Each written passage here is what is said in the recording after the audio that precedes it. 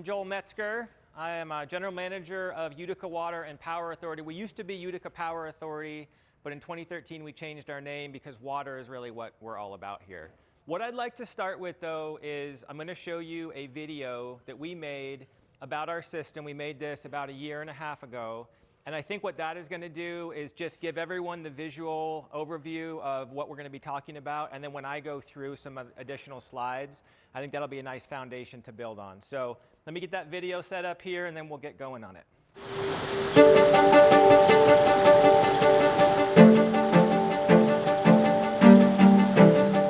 This age-old water supply will define the future of Calaveras County. It's not only important, it's imperative. Water is the gold of California now. It is our gold. 170 years later, this historic gold rush system is still serving more than 10,000 people, supplying water to homes, businesses, farmers, and ranchers between Murphy's and Angels Camp, providing flows for fire protection, recreation, and the environment. This water is involved with everything we do. Absolutely, we need to protect this water. Today, our water system is threatened by wildfire, extreme weather, and toughening state and federal regulations. Unless we work together to preserve it, our precious water supply could be lost. So many people don't really know the true story and journey that our water takes, but I think we are some of the luckiest people in the world to have the water source that we have. This water means so much to us. We've got to use it here locally. We've just got to realize the value of it. Local leaders with the Union Public Utility District, the City of Angels Camp, and the Utica Water and Power Authority are working tirelessly to protect what's ours and provide a bright future for the communities we serve. Each of our respective communities, whether they want to grow bigger or whether they just want to grow stronger, that is vital to their longevity. The decisions that we're going to be making are truly going to be felt for generations to come.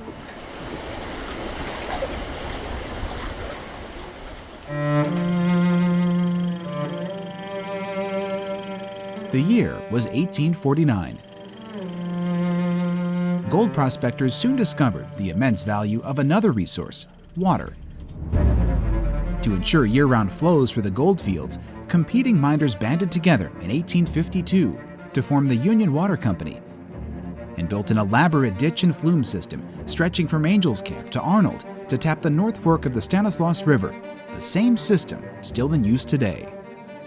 It's a system that is unique to California, I believe, and it's amazing. And it's amazing to go back and see when those things were built and how they were built with, a lot of labor involved. I mean, it's just tremendous. By the early 1900s, the industrious miners had built 4 high country reservoirs: Utica, Union, Alpine, and Spicer. They brought electricity to Calaveras County near the turn of the century with the construction of Utica and Angels powerhouses. As mining faded following World War II, PG&E purchased the system and made substantial upgrades over the next 50 years before selling the system in the 90s. Large outside agencies made bids to buy the project with aims to reduce flows in Murphy's Creek. Fortunately, the Calaveras community stood up to protect our water supply. I felt, we need to step up and see what we can do to protect our little beautiful place that the Lord has allowed us to live in the best we could. Just felt like it was a duty I had. The City of Angels and Union Public Utility District joined together with the Calaveras County Water District to buy the system from PG&E, and the Utica Water and Power Joint Powers Authority was formed in 1996. Utica now owns most of the original 1850s water rights, the lower water conveyance system starting in Avery, 5 reservoirs, and 2 hydroelectric powerhouses.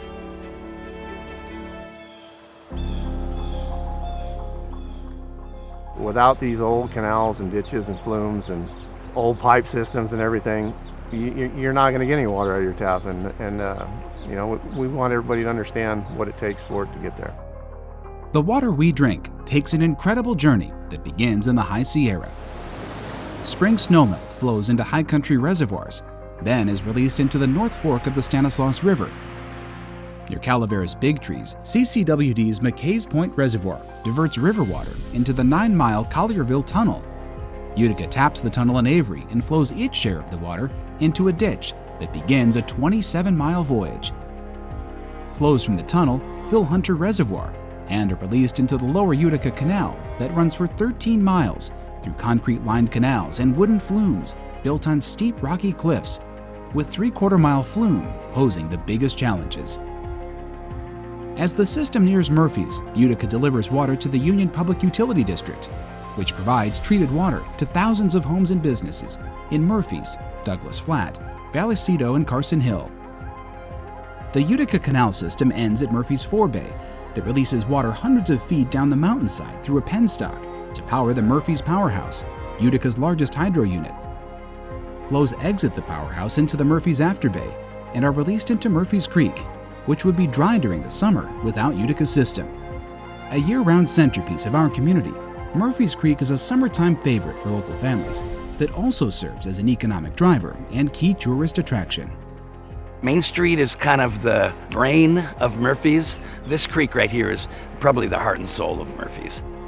About a mile downstream of the park, Utica diverts water into the 6-mile-long Angels Ditch system, where it passes through Ross Reservoir on its way to the Angels Forebay that serves the City of Angels Camp water treatment plant.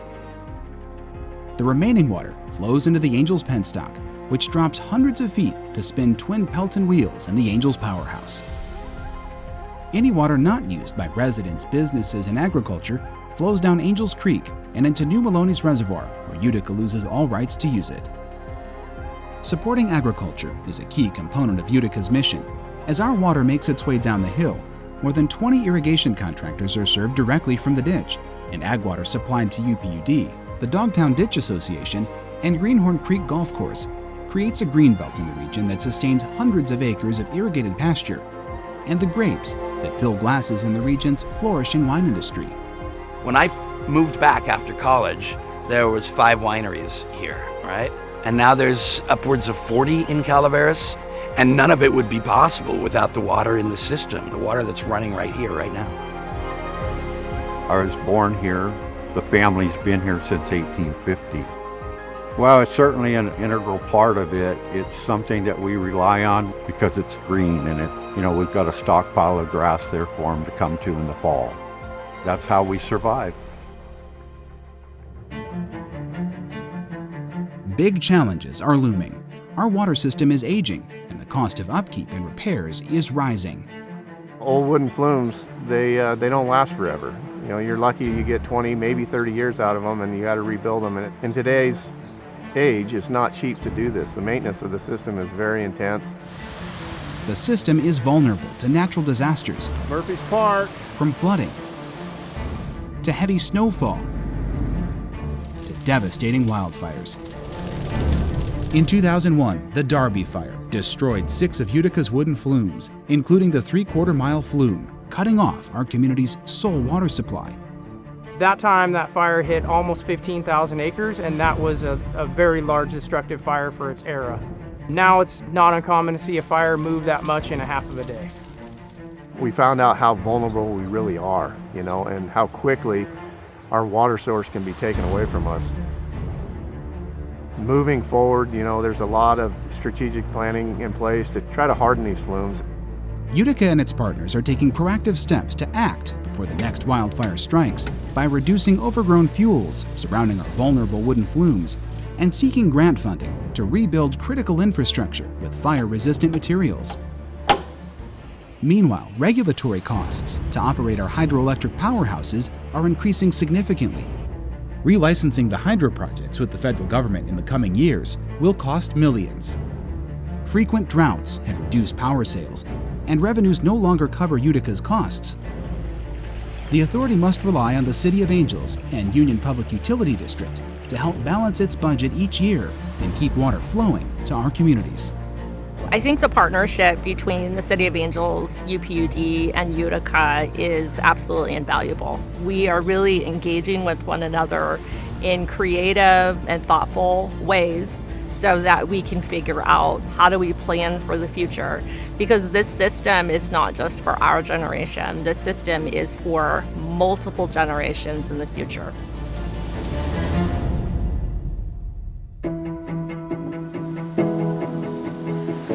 Now more than ever, we're working together to protect some of the oldest water rights in California and preserving our historical water system for the future of Calaveras County, so Murphy's Creek keeps flowing, agriculture keeps flourishing, and our communities will thrive thanks to some of the purest water found anywhere in the world.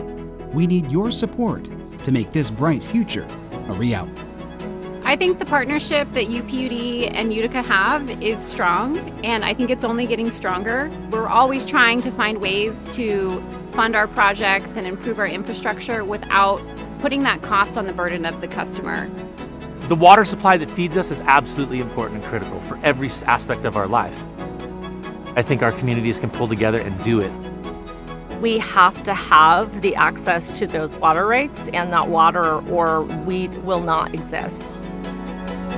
Water is our gold.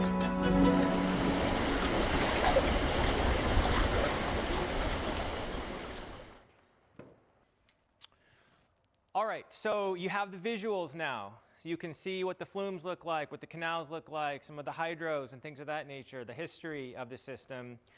Now let's go into the details a little bit more. By the way, this is an aerial of Hunter Reservoir. So this is a reservoir that we have in Avery. It's about 253 acre-feet capacity. And it is on a natural watershed called Mill Creek, which is Love Creek and Moran Creek coming together and then flowing into Hunter Reservoir. Calaveras County Water District's water treatment plant is right up here next to us. And then Avery Middle School is nearby here as well, just to give you a frame of reference. The main flume you see coming out of the bottom of the reservoir is the beginning of the lower Utica Canal, and that is what provides water to all of us here in Angels Camp, and Vallecito, and Douglas Flat, and everything in between, and all the ag that's supported by this system. So, before we get into some more conversation, I want to just make sure we are talking the same language. So there are a couple things I want to make sure that we're just on the same page on. So has anyone heard cubic foot per second or CFS before? Anyone heard that? Okay, it's a water thing that I use every day, but it's not something that we all use. So a cubic foot per second is just that, a cubic foot of water, about a basketball size of water, moving through a waterway in 1 second. And so that's 7.5 gallons of water. Our system can run up to about 88 cubic feet per second, maybe sometimes a little bit more if it's spilling over the top, but that was the initial design, was up to 88.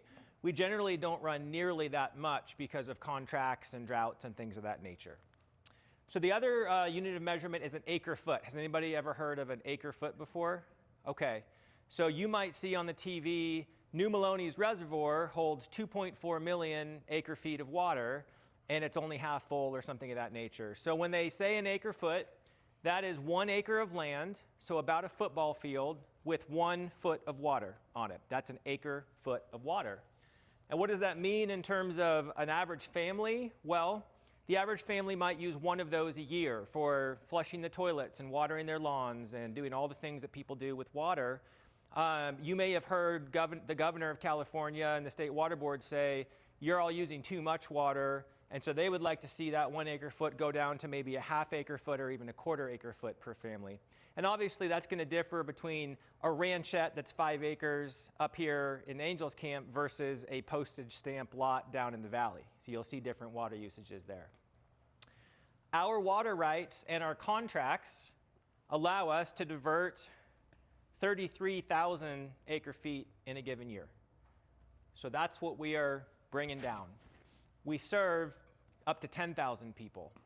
So you can see we have more water than what's needed just by people, and then ag as well. We have a water surplus, not a water shortage in this county. That's rare in California. All right, so I want to make sure we have a foundational understanding of the JPA. So a Joint Powers Authority is multiple organizations coming together for a common purpose and then vesting authority in that entity. That's UWPA, that's what I am. And the original members were Calaveras County Water District, City of Angels Camp, and UPUD. Now the CCWD dropped out in 2005 following the Darby fire, destroying 6 flumes. The board at the time just felt there was too much risk for them to be involved anymore. And so they ended up backing out of the JPA. So now we just have those 2 members. But our purpose is to hold the water rights, those senior water rights. We have 7 of them. Most importantly, this North Fork Stanislaus River, and to serve water to these folks, and I think this is a really helpful map. I hope you can all see this. So the purple is Union Public Utility District's service area. So they have their headquarters up here in Murphys, but look, it comes down through Douglas Flat, comes down through Vallecito, goes out Red Hill Road, and it goes all the way to Carson Hill, and it goes all the way under New Maloney's Reservoir. That's how big that service area is. And all the green that you see is ag that is supported either by UPUD or us directly, that's coming through the flumes and ditches up here. And you can see here's Hunter Reservoir, that picture that I showed you. And we'll talk about McKay's up here, which diverts water into a tunnel that comes to Hunter's and eventually comes down to Collierville Powerhouse right here. And then up in the high country here, so here's kind of a wider angle. You can see Hunter's is here. Way up in the high country, we have Lake Alpine, Utica, Union, and Old Spicer and New Spicer. And those reservoirs and the storage in them support our diversion. They're part of the water rights that give us water in the summer and the fall when the Stanislaus might be dry without reservoir storage. And all that comes down. Here's the tunnel. You can see it on this map. It's an 8-mile tunnel. And we now use that tunnel just like CCWD does and NCPA does. And then the other partner is the City of Angels, where we are today. And they're in pink here. And they are mainly residential and commercial, but they have a little bit of ag, and that's Greenhorn Creek Golf Course is one of their customers. So those greens, in large part, are watered by creek water from the flumes. So that's why we exist, to serve these folks. We have 5 reservoirs, which are regulated by the federal government and the state, and we have a very, very detailed dam safety program and emergency action plan if there were to be a failure. We have 2 hydroelectric powerhouses, and they're small in the grand scheme of things, 1.4 megawatts in Angels, 3.6 in Murphys, but they do generate enough power for us to sell, and that power subsidizes the water system cost. And I'm going to talk about that. I have a new graph that no one's actually seen in the public yet. Again, about 10,000 people by population, not by customer count, rely on us. About 1,800 customers from UPUD and about 3,000 customers in the city. We also have 25 people who buy water right off the ditch. They don't have water rights, but they're contractors. So each year they say, I'd like to buy 100 acre-feet from you, and we'll say yes or no. And if there's a drought, they get cut first because the city and UPUD are the ones that we are prioritizing. And we have more than 1,000 acres of cropland that are irrigated because of this system, maybe majorly irrigated pasture for cattle. So who's my boss as the general manager? These folks. It's 2 city council members that get sent over to my board. It's 2 Union Public Utility District directors that get sent over. And then those 4 appoint an at-large member, and that right now is a guy named Gary Conrado. And all these folks serve 2-year terms that can be extended. So that's who I report to directly. And this is the team that runs this 27-mile system. There are 10 of us. And we really have a hydroelectric team, which is about 3 folks. We have about 3 folks on the conveyance side, and then we have administration. And so between those 3 departments, we make all this happen. And I'll tell you what, I know during the PG&E times when PG&E owned the system, there were a lot more folks than this that were running that thing. And they certainly didn't have the tools we did, but I'm impressed that these folks are able to bring this water down and do it so consistently. We've talked about this map, so I'm gonna come over this, but again, at the very highest level, high country storage, natural flows in the Stanislaus. McKay's is an on-stream dam, diverts it into this tunnel. We tap the tunnel with a 400-foot vertical shaft that's 36 inches in diameter, and head pressure, because McKay's is pushing that into the tunnel, is bringing that to the surface, and then we're running it above ground for 27 miles all the way to Angels Camp where we are here. And anything that we don't use, consume, goes back into the creek and ends up in Maloney's, which is where it would have gone anyway if we hadn't borrowed it for a little while. And these are the water rights. The most important water right that we hold is S000998 North Fork Stanislaus. That's for up to 43,000 cubic feet or acre feet of water coming off of the Stanislaus.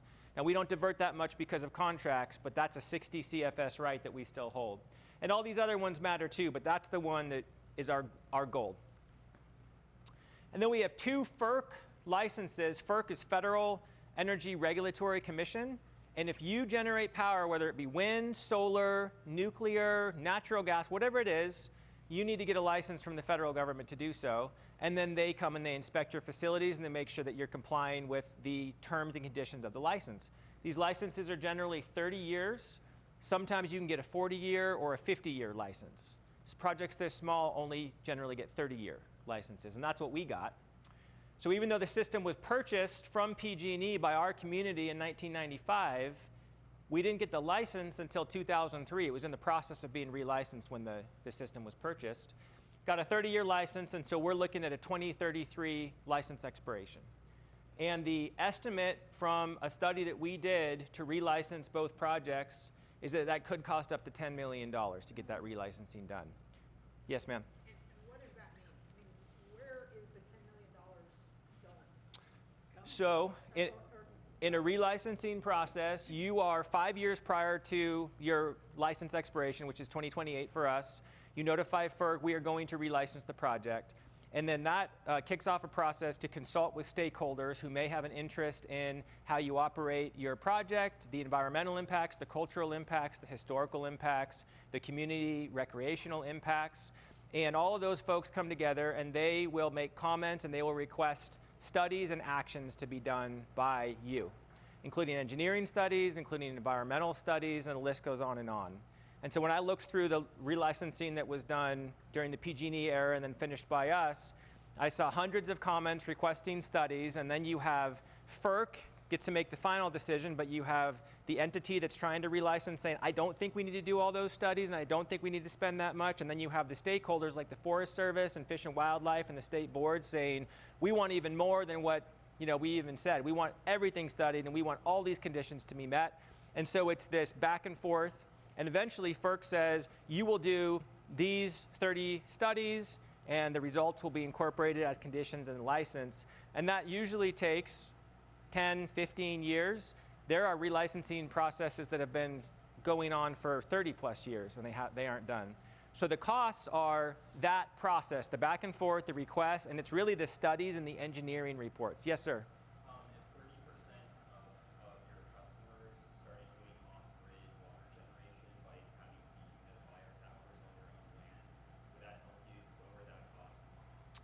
So if customers could generate their own water, instead of taking our water, they would get their own, that would actually hurt us. Because it might allow us to make a little bit more hydro, which is positive. You're saying keep more water in our system. Yeah. What it hurts is perfecting our water rights. And the only way you perfect your water right is by using those and putting that water on the ground. So that's a consumptive use. So if you did that, wouldn't the price of water go down? And so then, because the price of water went down, then it would be cheaper for you to do stuff. I could see that linkage, and I think even if everyone collected some water, that volume compared to what we're bringing down, I can imagine, I know of some rain barrel harvesting and things of that nature. I think it would be a smaller amount of water than we might realize, but I would be interested in kicking that around with you. What we try to do when we sell water to a contractor who's going to water a field is we try to make sure that we replace the lost hydro revenue and add on additional fees for the operation and maintenance of the system. So that's how we set our fees. But we also know that if we don't make that low enough, then ranchers are not going to make a business case for taking that water, and they're just going to say, I'm not going to water this field anymore.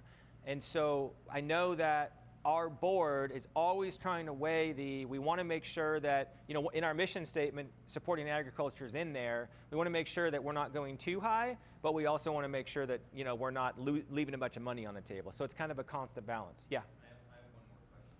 Sorry. I don't mean to dominate the conversation. Yeah. Basically, like you said, this county has surplus of water. Yeah. Do you worry about 100-year floods? Do you have enough control systems to not have disaster happen in this county? We absolutely worry about 100-year floods. We worry about 1,000-year floods, and we worry about 10,000-year floods. Are you using AI, ML models? I haven't used AI. Our consultants might, but we just finished what's called a probable maximum flood study. And that looked at all of our reservoirs, and it looked at all of our watersheds, and it looked at how much might we face and what time of year. Because there's like a summer cloudburst where it's a totally unexpected summer storm that's really intense. And then you have your, like what's going on now, an atmospheric river where everything's saturated and it just builds and builds. The one I'm scared about is a heavy snowfall followed by a really warm rainstorm that's high. And that is what I've noticed or observed generates the largest flows. And I don't know if you saw in the video all that spill happening on Hunter Reservoir, but you know, we normally might be spilling nothing or maybe a couple hundred CFS, and that was 2,000 cubic feet per second. That's when it gets scary. But the model says we can pass up to about 4,000 before we have an issue. And then it starts going around the dam and it starts eroding the parapet, and then you have issues. So yes, we do think about those things. And we'll go into FERC more. I know that's, Lori, that's a lot, and so I'll talk more about, you know, why does it cost that much? To give you a comparison, our relicensing, which could cost $10 million, again, it might not be that high. CCWD is also relicensing their project, and that's a 2032, so 1 year earlier. They were thinking it was going to be 30 million 10 years ago, then it hit 40. Now they're at $60 million projection for how much it's going to cost to relicense that. Now they're a lot bigger. But this is just getting out of control in terms of what it takes to just own a system. So the two systems that we own, the two FERC licenses, is the Utica project, which is from Hunters to Murphy's, and then the Angels project, which is from just below Murphy's on the creek, and then there's the upper and lower Angels Canal, and then comes down to my office, which is just down the road from here. So those are the two projects that we own. Those are the ones that we'd have to relicense if we want to keep operating them. And then this is a cool new map that I just created with our GIS person. These are all the points of deliveries along the system. These are people or streams or something where water is leaving the system. And so we have 3 water treatment plants that we provide water to. CCWD uses this as a backup, so that's up there at Hunters. And then we have UPUD's treatment plant for Murphy's, and then the city's treatment plant on the hill right up here. Then we have 27 irrigation contractors, all these green, buying water to irrigate fields and crops. Environmental releases, so Mill Creek below Hunters has to stay wet, and so we release either half CFS up to 1.5 CFS, and we keep that wet. And then Angels Creek has to stay wet. And so downstream of Murphy's, we release 5 CFS throughout the year, and that's what you see flowing through there. And then after we've made power here, it rejoins the creek that was still kept wet up here. And then the agricultural deliveries, so Greenhorn Creek is delivered by us, but it's an Angels customer. And then we have North Ditch and South Ditch, which are the 2 main ag lines that UPUD runs. So how much are these folks using? So remember, we got 33,000 acre feet on a good year. Well, the city uses about 1,100 acre feet a year on average for the water treatment plant. So this town, this city right here, needs about 1,100 acre feet per year. They have a contract with us up to 3,600. So they have some growth potential that's already locked in. And we need to have enough water to meet that demand because that's our contract. But they're only at about 30%. Then we have UPUD. Now they're using more. They're using about 2,000 acre feet a year. Why? Because they have fewer customers, because of the ag, because they have North Ditch and South Ditch. Ag uses way more water than homes and businesses, by far. But they're at about 24%, because look at that contract they have with us, almost 8,500 acre feet. They have a lot of room for growth too. So where do these hydros come in? This FERC relicensing seems like a lot of trouble. Why don't we just decommission these things and just focus on the water? It's because of this graph. And I know there's kind of a lot on here, so I want to just try to explain this to you. So this yellow line, down is good. Down means water year 1. Water year 1 means it's a normal to wet year. And we have a contract with our partners that has water year 1, 2, 3, 4, 5, and 6. And depending on the hydrology of the year, as of May 1st, we lock in whatever year that is, and we can divert up to 33,000 acre feet during a water year 1. And in a water year 6, that drops down to 16,000. So it's a huge haircut if we get a bad water year. So you can track this line across the water year, you know, kind of average, really good down here, really bad right here. Then you have hydroelectric sale revenues. That's the green. So this is 2 million up here. So the most we've ever made is just under 2 million. That's way back in 2000. What was going on in 2000? Does anybody know what was going on with the energy markets in 2000? Anybody remember the name Enron? Market manipulation? We took advantage of that. So they made a massive profit that year. But then you can kind of see how when the water year tracks down, your profits are going up. Water years down here, going up. Then you have some bad years, your hydro revenues are going down. So this is hydro revenue tracking. Here's hydro costs. The blue is wages and benefits and professional services and supplies. The orange is capital improvements, maintaining the plants, replacing things. And then you can see how much that costs versus how much the hydro was bringing in. There's a pretty big gap between the cost of the hydros and how much they brought in. So where does that money go? The difference, well, it goes to reserves, but it mainly goes to the water system, because the water system doesn't bring in very much money. For the first 20 years of our existence, we didn't get paid by the city, we didn't get paid by UPUD. They got water at no cost because they had invested in and they were committed, but the hydro paid for all of those costs, including the purchase of the system. And I want to show you that, because this is something I didn't know before I came over here. There was a debt taken out to buy this of $3.7 million, and after interest, that was about $5.3 million that was paid, starting in 1996. And that's a lot of money back in 1996. And so all these red pieces of revenues went to debt payment, all the way from 1996 to about 2016 is when the debt was finally paid off. And again, for most of this, there were no contributions from the agencies. It was just the hydro was covering everything. But things have changed. The hydro doesn't make as much as it used to, unfortunately, and costs have gone up. So the takeaway for me is that hydro is subsidizing the cost of the water system at this point. When you throw a FERC relicensing of 10 million into that equation, it makes it look not as good. And that's why we're pursuing an option to reduce that cost to something and avoid that cost in the future. And I'll talk more about that a little bit later. Here's another thing I'm proud of. When you're short every year, as we have been for the past 10 years, you got to look for other revenue sources. And so we've been going after grants. And you can see for most of our existence, there was no grant funds. But in 17, they started getting them. I came in 2020, and we just landed our biggest grant of $1.2 million just this last year. And what that's going to do is it's going to pay for a fuel reduction around our critical infrastructure at Hunters, get it down to where the fire danger is almost eliminated, and we're going to take an administrative fee for managing that, and it's from CAL FIRE, and it's a 100% grant, so there's no local match. So that is the kind of thing that really helps us and helps our just general O&M costs as well. And then this grant right here was $300,000 from California Office of Emergency Services, and that was for emergency preparedness. So we brought backup generators, we bought line-of-sight radios, we upgraded our SCADA systems, and we made ourselves more resilient against power outages and things of that nature. So what have the member contributions looked like over the years? So again, there were no contributions until 2013, and we were founded in 1995. So for quite a while, the power was covering everything. But in 13, 14, 15, 16, who knows what was going on from a hydrological perspective in that time? Does anyone remember? 12, 13, 14, 15, 16? It was a really horrible drought. And in fact, the worst drought we'd seen from tree records for hundreds, maybe thousands of years. And so what happened was hydro revenues tanked. Reserves were spent. We didn't have the ability to continue operating. And so requests were made to the city and UPUD for contributions. This is cumulative. Just divide this by 2, and that's what each one put in.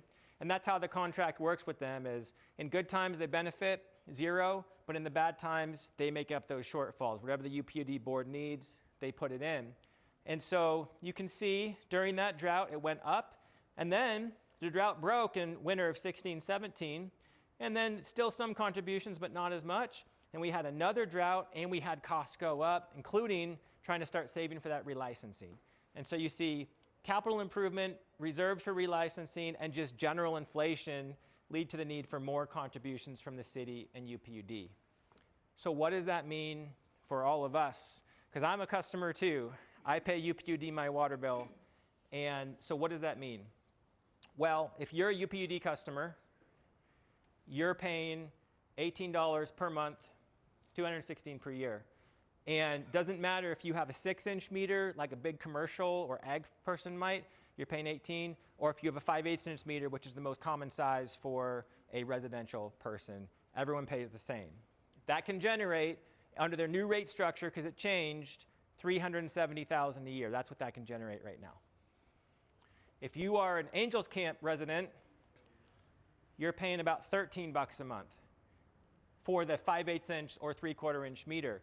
But Angels does it different. The bigger your meter is, the higher your Utica fee is. So if you're up to a 2-inch, 3-inch, 4-inch, you're paying hundreds of dollars toward Utica. Their logic is, if you're using more water, you're relying on that system to get it to you more than the other person is. And so that's how they have it. So what can they generate? They can generate about $450,000 a year based on that rate structure. But the average person with a home is paying about $156 per year. We don't ask for that full amount each year. We make our budget, we set our priorities, we make the cuts we can, and then we end up with what is our difference? What's our budget deficit? And that's what goes out. So this year, it's $290,000 for each of them. Last year, it was $490,000. A few years ago, it was $200,000. It just depends on what we need and what our budget is. All right, so questions at this time. I want to take questions as we go like we have. Are there any questions about the hydro, how it works, how your bill looks, and how the community supports this? Any questions? In the back, yes. So last year being a pretty wet winter, and this year looking pretty wet itself, some of those conditions improving then? So I think that this is I know this is a water year one. So as of May 1st, we got full allocation. Our hydros are going as fast as they can. We're making a lot of money this year, for sure. And that's been baked into the contribution. So yes, that helps. But even in a water year one, when you're saving for that relicensing and when you're trying to catch up on deferred maintenance, we still are asking for some level of contribution from the two entities. So, again, these two questions, I'm going to ask you all the same. That power that's generated, where does that go? Is PG&E purchasing that? They do. So 100% of our power is purchased by PG&E. We don't supply it to the homes. We just wholesale it out to them, and then they take care of the rest. And we have two contracts called remat contracts. And it's a little bit complicated, but instead of a market price, which you might get more in the evening than you would during the middle of the day, because we're competing with solar, which are other renewables, and wind. So solar saturates the market from 9 a.m. to 4 or 5 p.m. We get no horrible pricing during that time. We used to play that game. We played the market. You even ramp your plants during the evening hours because that's when the market's really good. Now, these remat contracts, it's one price, no matter time of day, no matter time of year, it's fixed and it's above market. So we went from an average of $39 a megawatt hour to $89 a megawatt hour and $73 a megawatt hour for our two respective plants. This was put in place by the California State Legislature to subsidize and encourage small renewable energy sources. So we're taking advantage of a state-sponsored program there. So that has increased revenues by around $300,000 to $400,000 a year. PG&E, that's pretty good because any of us who have solar, we're not tied into the grid, so they're going to not only get the power from you guys, but they're also getting power from us. Yeah. They're buying it off of us for pennies and turning out reselling us for dollars. Yep. Yep. Sir, you had a question as well? Oh, I was just wondering, around your reservoir, if you did set up some like dehumidifier type of things and you made them look like trees, like the cell towers and stuff. Yeah. You could just like continuously put water into your reservoir throughout the year using solar and some batteries that are on the tree that are also camouflaged. Okay. And then if there's a drought, you're pulling water out of the air. I mean, I know the air, but there's no rain, right? There's always water in the air though. Right? Yeah. Yeah. So you could refill your stuff and keep your profits good, right? Because you'll still have hydro to sell. Do you think that might work? I have not looked into that technology. But I'm curious. Yeah, why don't we talk? Because I mean, you've mentioned this for like at a residential level, but also that could be more of a commercial. I mean, I'm open to looking into anything. It's not something that I've seen throughout my industry that has shown, you know, okay, this makes a business sense. Like, let's go. But I'm curious to learn more. Yeah. Wouldn't that dry out the grass and trees in the surrounding areas and create even more of a tinderbox than what we got going on now? It paints, but what we can do is actually try to push air around, maybe pull it out from the upper atmosphere and push it down and convect itself. All right. So we'll follow up offline. I'm gonna run through these fairly quick because again, I think we're getting into the time. So I just want to give you a flavor of some of the cool pictures. This is the old Utica powerhouse built around the turn of the century. This is now a personal residence near Murphy's. Flume building has always been unsafe, but it was a lot more unsafe back in the day. Here's the Murphy's Hotel, which is pretty cool.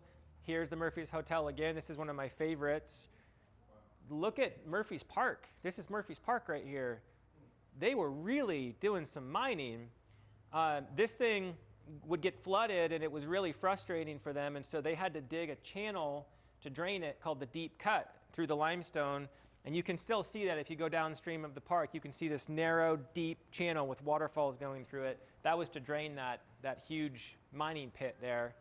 Here's our namesake, Utica Gold Mine here in Angels Camp. That's where our name came from. This is a suspension flume that was built across Angels Creek right below Murphy's. And it only lasted, I think, a year before a windstorm blew it over. But I just think it's so cool that they were building this kind of stuff, you know, without the engineering tools that we have. Here's a painting of the same thing. I mean, that even looks more impressive. I don't know which one of these is right, but that looks like the Golden Gate Bridge coming over right there. But it's just incredible what was happening in our community. Here's a flume that's gone. We think this is out by Indian Rock Vineyards, like Pennsylvania Gulch Road, and this is no longer there. But you know, when a flume opened, it was a big deal. So you'd put on your fancy duds and you'd go out and you'd celebrate that flume opening. And then look, you know, they couldn't get across these cliffs with a tunnel. It was just too much work. So they would just pin these flumes onto the edge of the mountainside. And a lot of ours are still like this today. And let me tell you, it's difficult to replace and repair them. These old reservoirs that they built. Here's that powerhouse. Here's the inside of that initial powerhouse. 12,000 horsepower. Pelton wheel. This is a Pelton wheel right here for those who haven't seen it. This guy's about 6 to 7 feet in diameter. And the way these work are these jets, right now they're being blocked by deflectors, but these are moved hydraulically out of the way. And then these jets are brought back into this housing and the water comes around them and the jets shoot out and they hit these paddles and it starts spinning this, you know, thousands of pounds hunk of metal that's big, you know, it's 6 or 7 feet. And as it spins, this thing's actually horizontal like this, and there's a shaft that goes straight up, which is the generator shaft, and then that's connected to, or spinning around the windings, and that's how your electric energy is generated. So there are a couple of those in here. We now have 2 of these in Angels and 1 of them in Murphy's right now. Okay, we're gonna keep going here. So I think the video did a pretty good job of this, but what I wanna show you is the water that we rely on, it's all from the Stanislaus River watershed. How many forks are there on the Stanislaus? Major forks, anybody know? 3, right. So we have South Fork, Middle Fork, North Fork. Where does our water come from? North. We don't get anything from the middle. We don't get anything from the south. Tridam and PG&E have really developed those, but we are reliant on the North Fork. And so these are those reservoirs I talked about that we rely on. Beautiful Stanislaus River is bringing it down to us. The reason why the tunnel was built was because in the late 80s, $650 million was invested into this watershed, and that was a partnership between Calaveras County Water District and Northern California Power Agency. CCWD put up the water rights, and NCPA put up the money. And the deal was for 30 years, once they built all this infrastructure, NCPA would operate the hydro and operate the dams and the reservoirs, and they would also take the profits. And CCWD would be the owner. And so what you see is, so what did they build? Well, they built New Spicer Reservoir. There was an old Spicer, was 4,000 acre feet. New Spicer is almost 200,000 acre-feet, so that's the crown jewel up in the high country. They built a diversion tunnel to bring some water into Spicer. They built a powerhouse at the base of New Spicer Dam. They built McKay's Reservoir, which is this right here, and this is a better picture. And this is not a storage reservoir. This is about getting Stanislaus River water, Big Trees is like right here, is about getting that water into this intake. That's going down like 300-400 feet. And all this water is going into this tunnel intake. And then the tunnel, 18 feet in diameter, big enough for a semi-truck to drive through. I mean, almost as high as this room here, is going 8 miles to the Collierville powerhouse. They never want to see water spill here. That means money is escaping and they're not putting it through their hydro. This only happens if there's a huge storm or a bunch of snows melting quickly and they just can't keep up with it. Anybody have an idea how many CFS the tunnel can pass? An 18-foot diameter tunnel. Just throw a guess out there. What do you think? We can do, best we can do is 88 CFS. So what do you think that tunnel can do? No guesses? 1,000, okay, it's higher. 4,000? You're almost there, 3,600 CFS. And their head pressure is near 1,000 PSI at the bottom. So here's that Collierville powerhouse. I don't know if you've been out to the end of Camp 9 Road, but you'll see this green bridge and you'll see this is the end of that 8-mile tunnel. 252 megawatts. Recall, we're at 1.4 and 3.6 megawatts, so around 5. They're at 252. Here's where we tap it, though, in Avery. So it comes up. Again, it's 3 feet in diameter, comes up. Ours comes this way into this building. CCWD's comes here and goes underground and goes to their plant. So both the whole upper Highway 4 corridor from Forest Meadows to Dorrington relies on this tunnel tap, CCWD, and then everyone, Angels, Murphys, and all that relies on the tunnel tap from us. And then here's the other side of that tunnel tap. And since we watched the video, we're going to run through here quick, but sometimes these pictures can be helpful. Here's Hunters again, picking up water from the tunnel tap, also Mill Creek water coming in. Here's another pano of Hunter Reservoir. So Mill Creek is coming in up here. Moran and Love Creek. Tunnel water is coming in here through what's left of the upper canal, and then water is coming out to our communities here. And I will say, I forgot to mention this, that tunnel, that tap that was put in the late 80s, that allowed the abandonment of a huge portion of canal that used to be there and flumes, because the miners didn't have that tunnel. So they needed to go on grade. See, this is just what's left of that canal. Here's where McKay's starts. So they needed this canal to go all the way across this canyon and actually hit on grade. And so that was, see how steep that is with the topo. That was mainly wooden flume and some canal. It was about, I've heard like up to 8 miles, Stu. I don't know if I'm missing that, but at least 4 miles. Yeah. I think 8 is closer. So around 8 miles. I talked to the old PG&E guys that talk about going up there in the snow and trying to keep it going in the middle of the winter. Oh, man. So happy to have the tunnel. Yeah, so the tunnel was huge. I would be willing to bet if we didn't have that tunnel, we might already be out of business, because the flumes we have are so expensive and so difficult to repair and replace. If we had another 4 or 8 miles, I just don't think we'd be in business. Yes? What would happen if you made the flumes out of London concrete? We would get smashed by the federal government for violating our historic properties management plan. What if you disguised them to look like? Maybe they wouldn't see. Yeah. I'm trying. It doesn't make sense to have wood when, even though that's a benefit for historical, and I love them too, it doesn't make sense when you weigh that against public good. And you can make that argument, and there's a pathway. I also am looking at bypassing them and having a secondary source, so if they burned, we could just turn on the lower source. And what's kind of exciting about that, and I don't know why this hasn't already been done, but if you notice on this tunnel right here, we're tapping it here, but it crosses our canal again 6 miles down.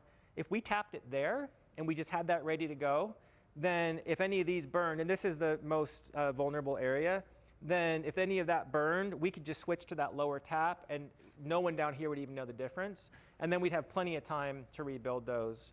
The problem is that's a really expensive project, and so I'm going to try to get FEMA to fund that if we can get partners on board. I think they'd pay for 75% of it and the pre-hazard mitigation. And I've talked to them about the project and they like it. Yes, sir. How do they drill a tap? They use a tunnel boring machine, or they just blow and then chisel out. But most of this big tunnel was a tunnel boring machine. Yeah. And then I don't know, have you guys ever seen the adits that come out? An adit's like an access shaft, like Candy Rock Road. You've probably seen it, Ryan. So you see like this massive gated off just cave going into the hill. Well, that's because they had to get the spoils from drilling out. And so you see, I think it's 3 or 4 of them along. At least there's like Adit 4, there's one on Candy Rock. I think there might be one higher. So if you ever have a chance, go out Candy Rock Road and look at that adit about halfway down. All right, most of our system is canal. The flumes are just a small portion, but they're the expensive part. Keep going. 3/4 mile, has anybody ever seen 3/4 mile flume before? It's worth a look. We give tours. We give 4, 5, 6 tours a year. So if you're interested in going out here and actually walking on this, or if you don't want to walk on it, you can just look at it. Grab my card, and we'll get you on the list. I think we have like 75 people on the wait list right now, though. This burned. Yep, this and 6 others burned. And this is why it took 10 months to get back to full flow. So what they did when this burned is they dammed up the above it. They rebuilt some of the smaller ones that burned. They dammed up the upper side of this, and then they put some diesel pumps in around this hill, and they ran pipes up and over, and they dropped it in over here, and they just did a bypass. And I look back, I think it did 4 to 5 cubic feet per second, which that was kind of enough for like indoor use, but you didn't see outdoor use. You didn't see the ag, anything like that during that time. And then here's Catamatri. This is UPUD's treatment plant. So our canal's coming in after 13 miles up here. We drop it down this straw into this reservoir, and then they gravity feed it to their treatment plant, and then they gravity feed it to all their customers. So that's the UPUD connection. This is the Arola Ranch out Red Hill Road. Biggest customer, ag customer. And then here's the forebay, Murphy's Powerhouse. We've kind of seen this on the video. There's the 7-foot diameter Pelton wheel. Looking down, I like this one though. So here's a drone shot that I took. Here's our powerhouse. Here's Murphy's. Here's the grade road coming up, going toward Avery. And then here's the after bay. And our FERC project ends here, and then we release water through this dam in the low-level outlet. But this is how we control flows that go through the park. And that's where I think a lot of people just don't realize that that's a seasonal creek. That would be bone dry by like May most years. So without Stanislaus water coming in, we just wouldn't have that amazing recreational opportunity that we also enjoy. But the other thing about this is Angels Creek is coming in here. This is on Angels Creek. And so yeah, we can control it most of the year, but when we have big storms like right now, that little watershed starts cooking. It fills this thing up real quick. Even if we make a hole, it fills it up, and then it spills through our radial gate and in the spillway here, and then it's uncontrolled release, and then Murphy's Park floods, and then I get phone calls. Why didn't you turn it off, man? What are you doing? And I just gotta go, I can't turn that off. I tried my best. I turned the canal off. I'm not contributing to the problem, but I can't stop that. If you wanna pay for a bigger dam, maybe I could. So here's that beautiful park. This is what I can't control. This last year, we had some serious flooding in there. And then it continues down. Here's that diversion. So here's our second FERC license. And so Murphy's Park is up this direction. 5 CFS continues, and then this comes around here and heads down. This is only a 45 CFS canal. The bigger one is 88 up the hill. So this is much smaller. And there's some flumes down there. Murphy's Grade Road is right here, right below. Angels Creek is right there. So we're just kind of keeping on grade there. Goes through a bunch of pasture land. Ross Reservoir, anybody seen Ross Reservoir before? Yeah? French Gulch Road, drive between Murphy's and Angels. It's beautiful. This is our oldest dam, 1895. And then it continues another 3 miles to the forebay. I know you saw this on the drone video, but the canal from Ross comes in here. So this is kind of our last reservoir. It's just like a big swimming pool. It's not very big, up on top of the hill. You can see it right up here if you look. So the city takes water in here, it goes through their settling ponds, and then it comes down to their pressure filter treatment plant, and then it's pumped over to their clear well, which is the treated water storage tank. I think that's 1 million gallons. and then it's gravity fed down to the city. And then we deliver to the Dogtown Ditch. Has anybody heard of Dogtown Ditch before? So that's a ag ditch. It's like one of the remaining open ditches. It's not lined. I hear it's a real pain in the butt to maintain because any gopher, you just completely lose it. And it goes all the way out to Dogtown Road, and then it actually goes all the way to Highway 49. So if you're driving to San Andreas and you see a big green area like halfway, that's the Dogtown Ditch. That's Utica water, which is ironically or weirdly going into a different watershed because that's Stanislaus water going to the Calaveras watershed. So anything they don't use ends up in Hogan, New Hogan, down by Valley Springs instead of Maloney's. And that's another thing, is that we can get water into Hogan if there was some kind of drought crisis if we needed to. But the state board doesn't like cross-boundary divergence like that. I believe it was built by the ranchers that wanted it, but I don't have a clear history on that. I'm not sure if maybe it started with mining and then it went to the folks who are raising pasture. But most of the water, it's not used there, is going through a series of metal bars called a grizzly here into the penstock. And here it is going through the Relary Ranch, Relary Rock Yard. You might see that from the bypass right there. And here's the drone shot. So the Relaries are customers of ours, and they have pressurized water, so they're lucky. They don't have to pump. And they're doing wine grapes. They're doing irrigated pasture. We have 4 or 5 customers along here and along the 8,000 feet of penstock until the last powerhouse. But here's the Angels powerhouse. So this is Booster Way right here. This is Tryon Park, where that swimming pool used to be before they took it out. And then Vallecito Road, Old Highway 4, comes through here. And here's the oldest powerhouse we have. She's still doing great, though, twin Pelton wheel. And then there's the tail race, which is the exit back into Angels Creek, and then it flows down into New Maloney's. So any questions about just how the water goes from here to there? Yes, sir? So growing up, seeing the ditch along Murphy's Grade Road, how does it get to the Ross Reservoir? As far as I know, there's no actual flumes, or is there? There are flumes, and I don't know if you drive that grade road, you notice the water actually flows uphill when you're going downhill. Because they take the electrons out. So Stewart actually was familiar with this, but he had a special strategy to make that go uphill. It's a physics anomaly. Nowhere else I know in the world does water flow uphill, but it does there. So, yes? Water flows uphill wherever there's pressure. So, like a spring will shoot a jet up, right? Right. If there's higher pressure at the bottom of the hill than the top, it has to flow up. Right. So there are examples of that. In that particular case, it's a optical illusion. In that the road is going down steeply and it's just going on grade.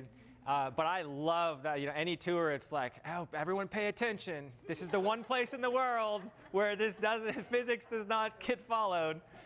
So anyway, in answer to your question, it comes from Angels Creek downstream of Murphy's Park, about 2 miles. There's a dam that puts it into a second canal. And then it crosses under the grade road, and then you see it where it pops up on the other side. And it's a 6-mile system of flumes and ditches that get it down to Angels and Ross and all of that. So there is a second system that a lot of people haven't seen. Okay. Oh boy. Okay, we're at the hour. I'm going to wrap up here. So what are the challenges? Well, natural disasters, like the #1 thing. I lose sleep at night during the summer whenever like a fire lights off down by Parrott's Ferry or something, and that's happened a number of times. This is what it looked like after it burned. There should have been a flume right here, just gone. It's scary. Aging infrastructure, some of our stuff goes back to 1850s, and it's still there, and a lot of it was deferred when that debt was being paid off. So I'm in catch-up mode, but you can't do too much because then it's too much money. So we're just trying to catch up and be responsible, but not push too hard. But there's a lot of infrastructure. I worry about the dams, 100-year-old dams. You need to do some things to them to keep them going.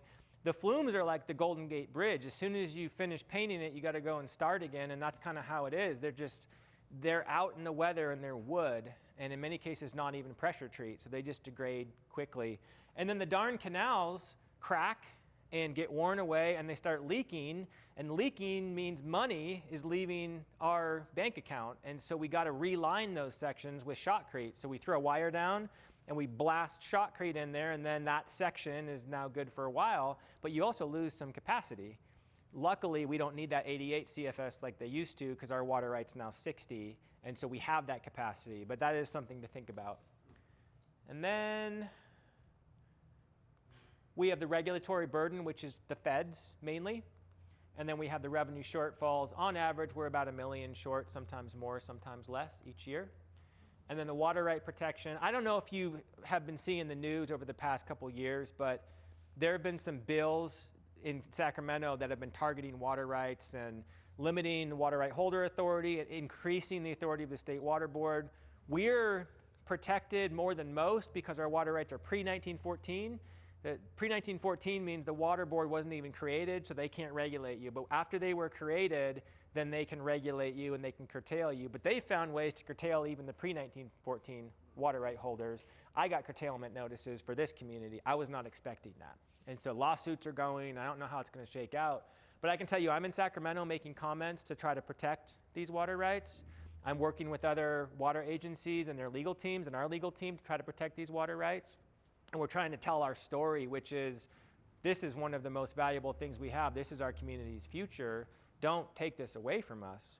Because I know we're not going to just use all these in the next 10 years. I mean, we have a lot of water that we're using beneficially on the hydro, but we're not going to put that on the ground because Angels isn't going to go from its population to 50,000 or something like that, and neither is UPUD. I don't think we want that. So when it comes to, okay, we'll use it or lose it, kind of creates a challenge for us here. So I would look to ag, because ag can use a lot of water really quickly compared to growth.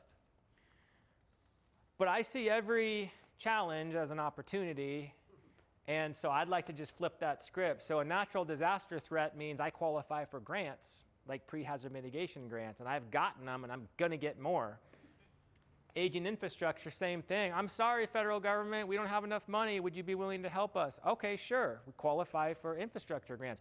Biden's Build Back Better, love it or hate it. I'm going after that money because it's there. So let's get some grants from the feds. Regulatory burden, I'll tell you about that. I think there's a way to avoid that potentially. And then budget shortfalls, well, I've been back to Washington, D.C., and we have a board member going out there again. You can get help on this kind of thing. You can get a lot of help from the federal government, but you have to be at the table. And we haven't been at that table, and we are now. So what is this exemption? And I'm going to end on this. So we know about the FERC license. It's 30 years. We know you have to relicense. We know how expensive it is. There is what's called an exemption to relicensing. And what that is you can apply to the federal government, and you can say, we don't believe that we need to continue being under your normal FERC licensing process. We would like to become exempt. And you can put the application in and you can make your case. And there are a couple different kinds of exemptions, but we qualify for the small conduit exemption. And what you have to be for that is you're a conduit off of a major watershed that's for water supply first, and the hydros are ancillary benefits. Well, that's what we are. We've seen how many deliveries and how much water we are providing. We're looking to get exempt from FERC. So we did a study. We found that we could be a candidate. I spent a lot of time talking to DC staff because they decide, not the ones in San Francisco, the DC ones do. They looked at us, and after about 3 months, they said, we think you're probably a pretty good candidate for this. We encourage you to do this. And they said, look, we've been mandated by Congress to work with people because Congress realizes that FERC doesn't have enough staff to be a good regulator. I've waited 6 years for comments back from them on certain studies that we've done. I've done the new study before the old study comments came back. And that's not very efficient or effective. So they realize these small ones, they really don't need to be under FERC anymore. And check this out. This is happening all across the United States.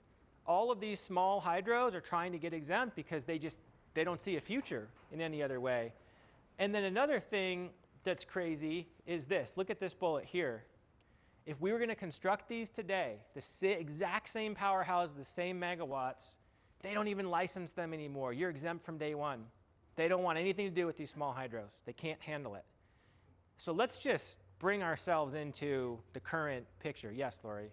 What would a new powerhouse cost? Oh my gosh, we have a whole shelf for that of studies for new powerhouses and why they don't make sense. They're very expensive. Let's say a 1 megawatt powerhouse is in the multi-millions of dollars to get it in. Yeah, yes, sir. Oh, totally depends on the size and the head pressure. So it just completely depends. So, you know, this Pelton wheel here is generating 3.6 megawatts, but if we were cranking it, it can get up above 4. So only one would do that. This is one, but you can put 2 and you can have them both on the same shaft. That's how Angels is. It's just totally dependent on that particular snare. What cost? I mean, if you had one Pelton wheel with the right location for the head pressure and everything, where's the cost coming from? So the cost would be to build the entire plant and switch yard and windings and relay protection. This is one of a much more complicated plant, and then getting the permitting and then getting the interconnection with PG&E. That is where the cost comes from. I mean, I could get some like, I don't know, double knot wire and make you a three-phase system for the Pelton wheel. All right, man. Let's talk offline. I can tell you, so we have a lot of untapped head on the system. So the tunnel tap, that could be a hydro, didn't pencil. Hunter's release, that could have been, didn't pencil. Ross release, Murphy's forebay, Murphy's forebay is connected. Murphy's afterbay had one. There's a waterfall near Ross Reservoir. I mean, there's all of this head pressure that we're not utilizing. As soon as one of those pencils, we're going to be after it for sure. All right, so anyway, it's not that we're trying to get out of anything. There's a pathway that the feds have provided, and we're just trying to take that pathway. That's what we're trying to do. So 10 million could be, again, I don't know until we go through it, but we looked at it with a consultant, and it could be up to 10 million. Also 100 to 300,000 per year in engineering studies and environmental and staff time just to comply. So that's not the 10 million is just part of it. And then just the time.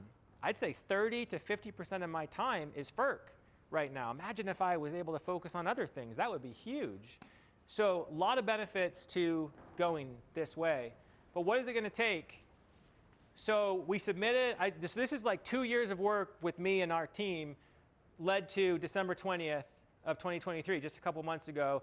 We submitted 2 applications, one for Angels and one for Utica, and we're talking hundreds of pages per application. It was a major lift. That went in to all the stakeholders and to FERC. Then we held the mandatory joint meeting just like last week or the week before. And so we had all the resources agencies who are going to make these comments, and they're going to ask us for stuff just like they would in a relicensing. But instead of the once every 30-year bite at the apple, it's a one and done because the exemption is in perpetuity. If we get those, we never have to relicense again. So we're taking these comments on March 25th, so they have about a month and a half or 2 months to get those in. Then we evaluate those. We decide to do studies if we see that that is beneficial. We keep working with people. We keep collaborating. And then all of that takes these draft applications into a final application, and then that goes to FERC, and then that kicks off a FERC process, which includes a NEPA, which is a National Environmental Review, and then they recheck in with all the stakeholders and see if they might want anything else or any other studies or more money. And then when all that's done, oh, and tribes, I would say, tribes are huge now.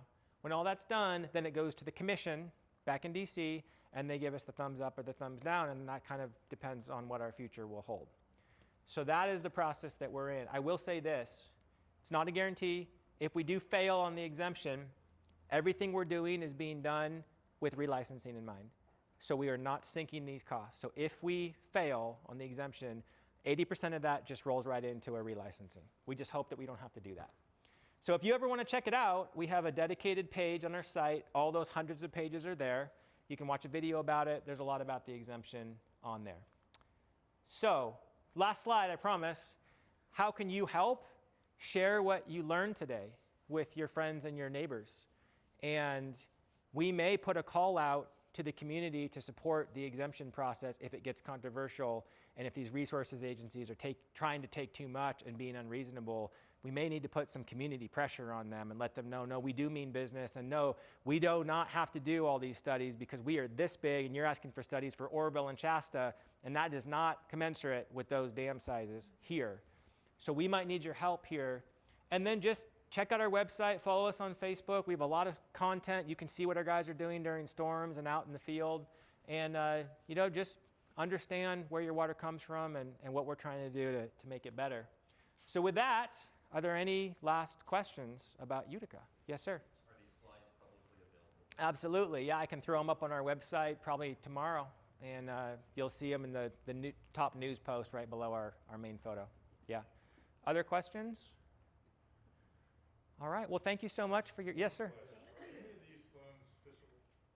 You know, it is not a fishery.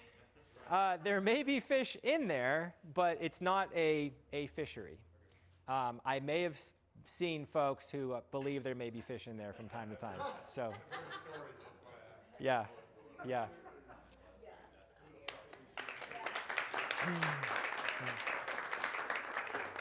Thanks, everybody. Appreciate it.